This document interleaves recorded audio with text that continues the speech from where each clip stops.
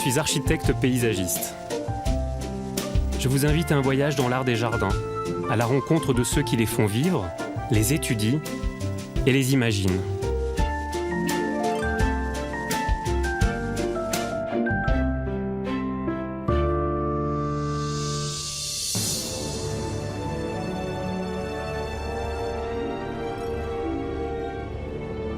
Depuis le IXe siècle, l'Alcazar de Séville n'a cessé de se réinventer. Au gré des interventions des califes ou émirs musulmans et des monarques chrétiens qui s'y sont succédés. Déclaré patrimoine mondial de l'humanité en 1972, l'Alcazar et ses jardins sont aujourd'hui encore la demeure occasionnelle de la famille royale d'Espagne.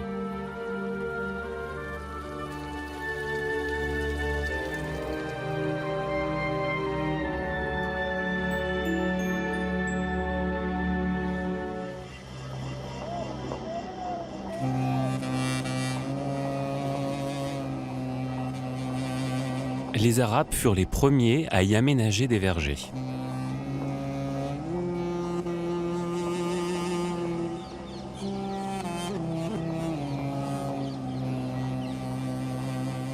Au XIIe siècle, les Almohades, dynastie nomade venue du Maroc, sont à leur tour séduits. Ils bâtissent leur demeure et sur ce sol fertile, cultivent les agrumes et font pousser du jasmin. Pour protéger leurs maisons, leurs terres agricoles et leurs jardins, ils édifient une muraille. Leur règne prend fin au XIIIe siècle, lors de la conquête chrétienne. Pierre Ier de Castille bâtit alors son palais monumental, une œuvre d'art chrétienne et musulmane. Juan Alberto Romero est historien et archéologue, membre de l'Observatoire des Jardins de l'Alcazar. Quand les chrétiens ont conquis le territoire qui était musulman, la grande majorité de la population va continuer à vivre avec les rois chrétiens et ils vont travailler pour eux.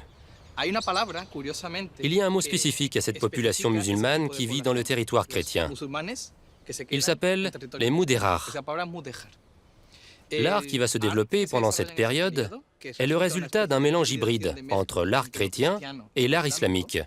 Il est qualifié d'art moudérar parce qu'il est issu de cette population.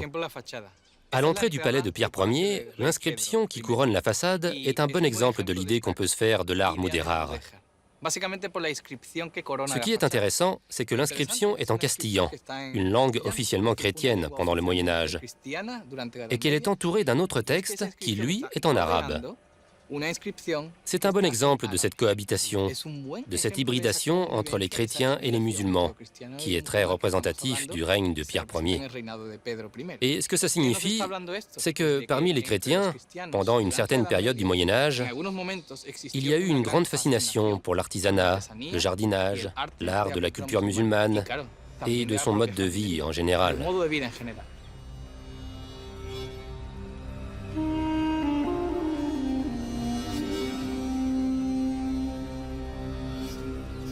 Pierre Ier convoque les meilleurs artisans de Tolède, Grenade et Séville, tous musulmans, pour construire son palais et ses jardins.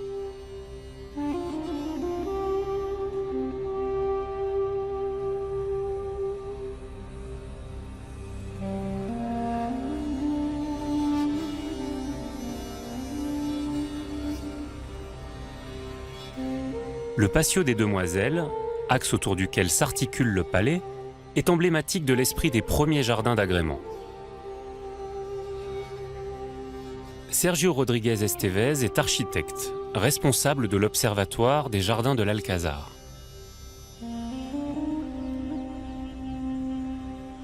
Sergio, dans la tradition islamique, le jardin tient une place prépondérante. Le jardin est toujours étroitement lié à l'idée du paradis. Oui. Nous sommes ici dans un jardin chrétien, mais qui a été réalisé par des architectes et surtout des maîtres d'œuvre musulmans, dans un esprit plus musulman que chrétien. D'une certaine façon, il recueille toute la sensibilité islamique. Le jardin est l'endroit du plaisir dans la culture almohade. Mais c'est aussi un lieu qui fait référence au paradis, même si c'est un concept parfois critiqué. Par exemple, l'eau pour des gens qui viennent d'endroits très secs, où elle s'apparente à l'oasis, est au cœur de l'idée de paradis, ici avec ses 4 rivières. L'eau dans les jardins islamiques, comme celui-ci, a occupé un point central, et elle représente la fertilité, les dons de la vie. Il y a aussi la végétation qui est représentée sur la pierre et qui parfois semble offerte par une main de Fatima. Il est donc facile d'établir une corrélation entre le jardin et le paradis sur terre. Et alors avec ce jeu de niveaux, on peut presque toucher le sommet des arbres ici. Oui. Les 2 niveaux sont très intéressants. Ils sont faits selon toute vraisemblance pour des questions purement fonctionnelles, car ils permettent de mieux garder l'humidité sous des climats aussi sévères et chauds qu'ici. Mais aussi parce que, de toute évidence, ils donnent une autre perception du jardin. Il semblerait normal de marcher sous les arbres plutôt que de les avoir à hauteur de main, comme s'ils étaient une balustrade. C'est typique des jardins almohades. Il y a un passage du Coran qui parle du paradis comme d'un lieu où la végétation offre les fruits à portée de main. Et ces jardins à 2 niveaux rappellent un peu cela, où tu n'as pratiquement qu'à tendre la main pour cueillir les fruits du paradis.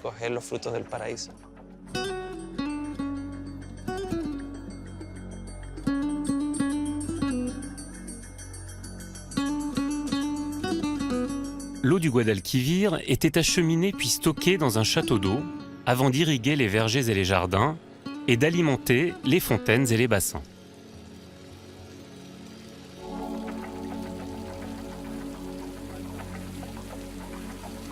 Archéologue, Lola Robador a réalisé des travaux de rénovation hydraulique dans les jardins de l'Alcazar. Lola, ce système de distribution, il est clairement influencé par les techniques hydrauliques romaines. Oui, le monde romain a appris des Égyptiens la culture de l'eau. Et ils ont construit de magnifiques œuvres hydrauliques, comme l'aqueduc, qui arrive jusqu'à la tour de l'eau. On a cessé d'utiliser cet aqueduc et le monde islamique l'a récupéré et grandement amélioré pour irriguer les vergers et les jardins. Depuis cette tour, l'eau arrivait jusqu'à ce grand réservoir, puis alimentait tous les autres bassins du jardin par débordement. C'est très beau de voir comment l'eau qui déborde de ce bassin se déverse dans le bassin du Lion. Ce système hydraulique magnifique a permis cette splendeur, cette verdure, fruit du travail des Romains, auquel s'est ajouté le très riche apport du monde islamique. Más el grandísimo complemento interesantísimo del mundo islámico.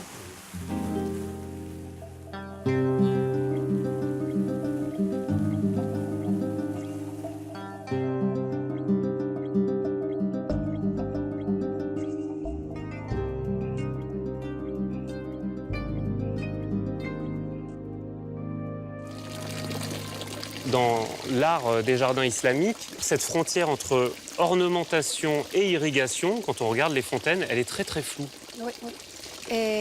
Oui, entre les ornementations et l'irrigation, il n'y a pas vraiment de frontière. C'est ce qui en fait la beauté. C'est fait d'une manière très délicate, aussi bien en ce qui concerne les choix dans les matériaux que dans l'acheminement, la géométrie, dans les pentes, dans la façon de faire surgir l'eau. Ces jardins sont faits pour faire profiter tous les sens. L'odorat avec l'arôme des plantes, le son, l'eau, les silences et le chant des oiseaux. Le toucher avec les azulejos, le goût avec les agrumes, ce sont des jardins qu'on ressent avec les sens. Dans d'autres jardins, c'est davantage la vue ou l'intellect qui sont sollicités. Mais ici, ce sont des jardins qu'on apprécie parce qu'on les ressent de l'intérieur. C'est un peu comme si l'eau stimulait, accompagnait tous les sens pour que l'on profite de ces vergers, de ces jardins, de toutes ces merveilles.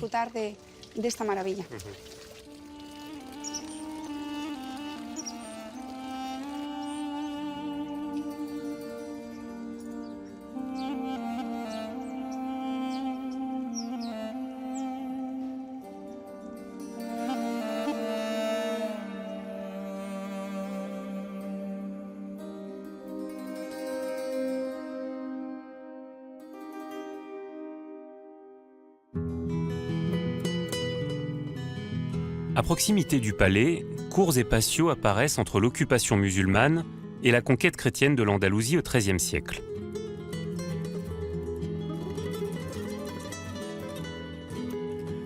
À partir du XVe siècle, des jardins d'agrément, ces espaces intimistes, remplacent les champs et les vergers d'origine.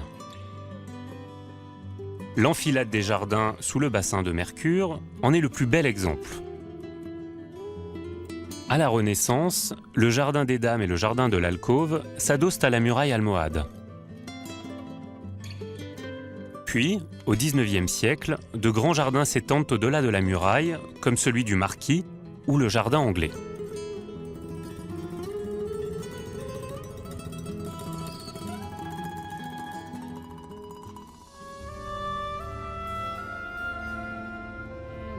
Les jardins de l'Alcazar se sont transformés et multipliés en répondant à l'évolution des modes et des styles artistiques. En 1612, l'architecte italien Vermondo Resta donne une touche maniériste au nouveau jardin. Comme on le faisait en Italie à la Renaissance, il conçoit une fontaine équipée d'un orgue baptisé la fontaine de la célébrité. L'eau qui descendait par gravité déclenchait des sons qui composaient une musique.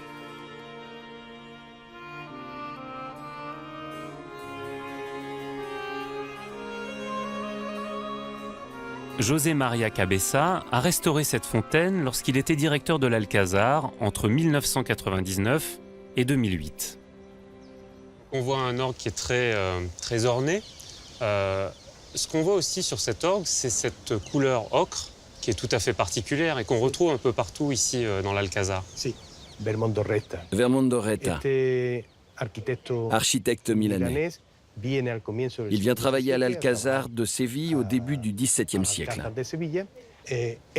Il respecte une tradition qui était en place à l'Alcazar depuis le Xe siècle et qu'il est encore aujourd'hui. C'est la couleur, l'intonation chromatique. Il introduit ici les mêmes couleurs que pendant les périodes Taïfa, Almohad et Mudéjar. Il s'agit des couleurs Almagro et Calamocha. Almagro, c'est saumon. Et Calamocha, c'est jaune. Ici à Séville, on appelle ça les couleurs Alvero, comme le sol de l'arène quand il est mouillé. À l'Alcazar, dans ces jardins, sur 14 000 mètres carrés, nous avons une grande variété de tendances architecturales et paysagères, avec une constante, la couleur.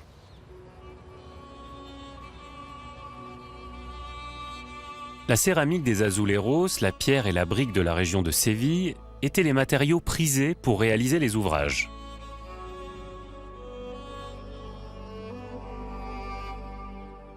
Au XVIIe siècle, la mode des jardins italiens transforme les habitudes. Et alors justement ici, José María, on a un nouveau matériau qui était utilisé mais de manière beaucoup plus discrète dans les jardins primitifs à l'Alcazar, qui là est employé de manière beaucoup plus monumentale sur la fontaine de Neptune.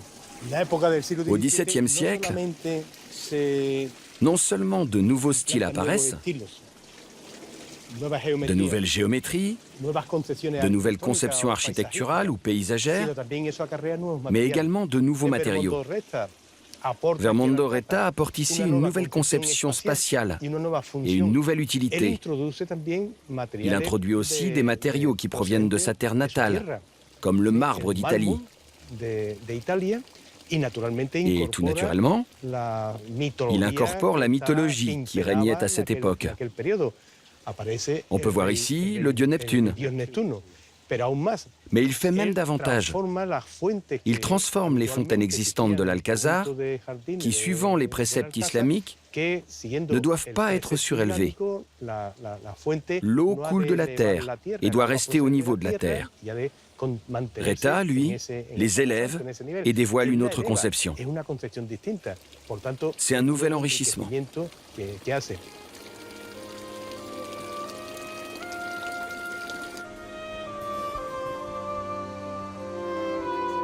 Avec sa nouvelle conception du paysage, l'architecte Vermondo Retta convertit l'imposante muraille almohade qui borde les jardins en promenade couverte. Elle prend alors le nom de Galerie du Grotesque. Il fait recouvrir le mur de rocailles qui évoque les fonds marins, une décoration à la mode depuis la Renaissance jusqu'au jardin pittoresque du XIXe siècle. Il crée ainsi, sur un ouvrage défensif, un chemin de promenade rythmé de colonnes qui transforme la muraille en belvédère, un espace d'où l'on peut admirer les jardins.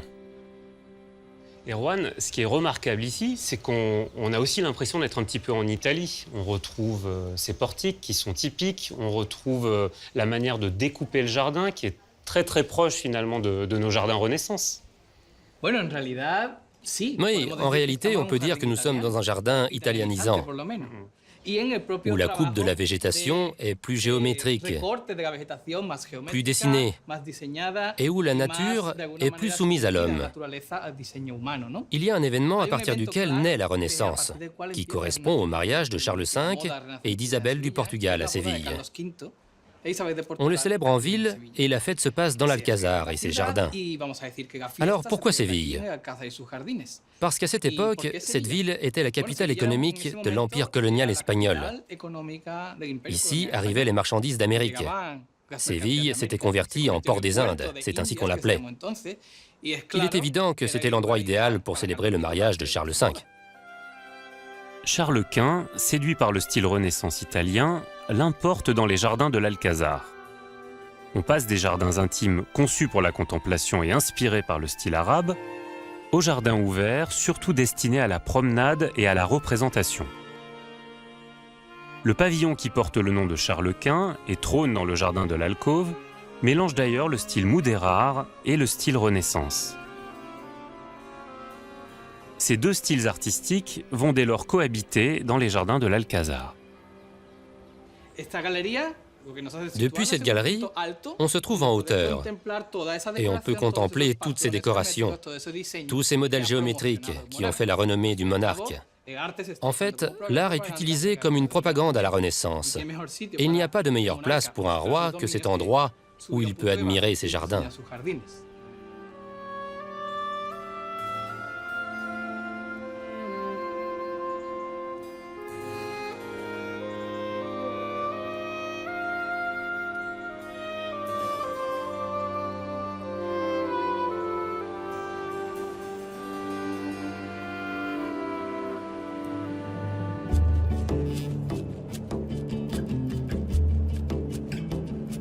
Au XIXe siècle, à l'époque du romantisme, les jardins de l'Alcazar s'agrandissent au-delà de la galerie du grotesque. Dans le jardin anglais, la végétation se développe librement. Les chemins, auparavant rectilignes, se courbent et deviennent sinueux, comme pour mieux admirer, tels des trophées, les arbres rapportés des colonies.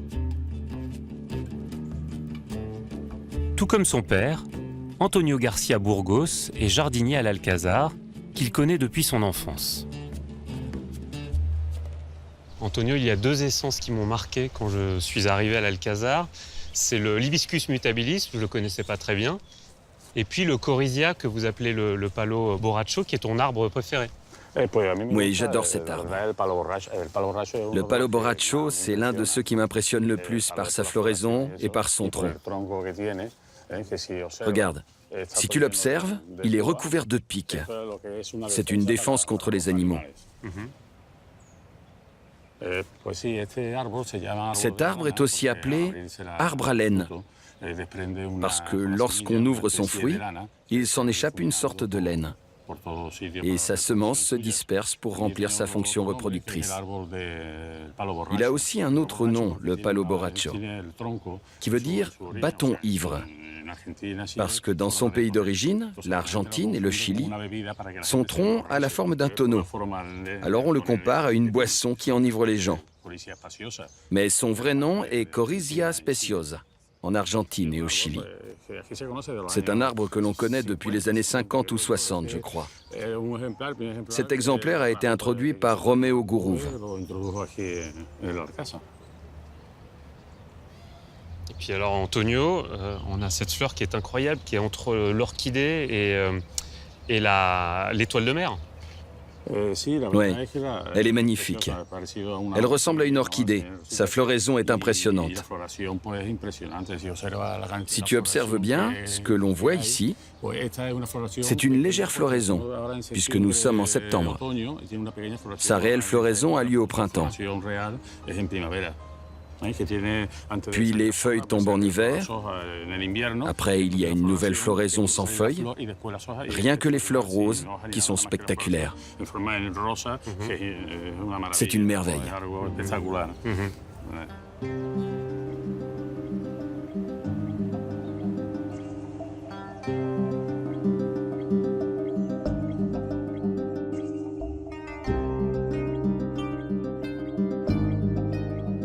Dans un décor de sous-bois et de vastes pelouses, le jardin anglais de l'Alcazar fait cohabiter les espèces exotiques avec d'autres plus communes. Depuis toujours, les jardiniers s'appliquent à maintenir ce mélange de styles et d'époques et cette palette végétale extrêmement variée. Antonio, dans un jardin, les équipes administratives, elles tournent, elles passent, elles disparaissent, elles sont remplacées. En revanche, les jardiniers, ils s'inscrivent toujours, quasiment toujours, dans une continuité. Vous en êtes un parfait exemple. Oui. Nous sommes chargés de continuer à maintenir les jardins comme autrefois, pour qu'aucune variété ne vienne perturber ce qui a toujours été fait ici. Nous sommes une vingtaine de travailleurs, et nous continuons constamment ce que l'on faisait avant. Et quand un nouveau jardinier arrive, on lui apprend au fur et à mesure. Il commence en bas de l'échelle et monte en grade. Il continue ainsi à se former pour enseigner le travail qui a été fait afin de maintenir la tradition.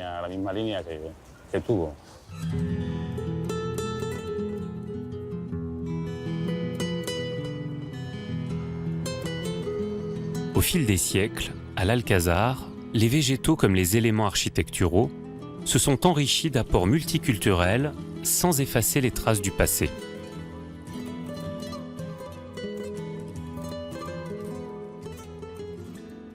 Finalement, on a l'impression que l'Alcazar, les jardins de l'Alcazar, sont un très bel indicateur d'une civilisation qui ne s'arrête pas à l'Espagne, mais surtout qui ne s'arrête pas à l'Europe, qui va chercher ses influences beaucoup plus loin, et que notre civilisation, elle est beaucoup plus riche que juste les frontières de l'Europe. C'est effectivement l'une des valeurs que détient l'Alcazar, cette combinaison de styles et cette perte de repères parfois.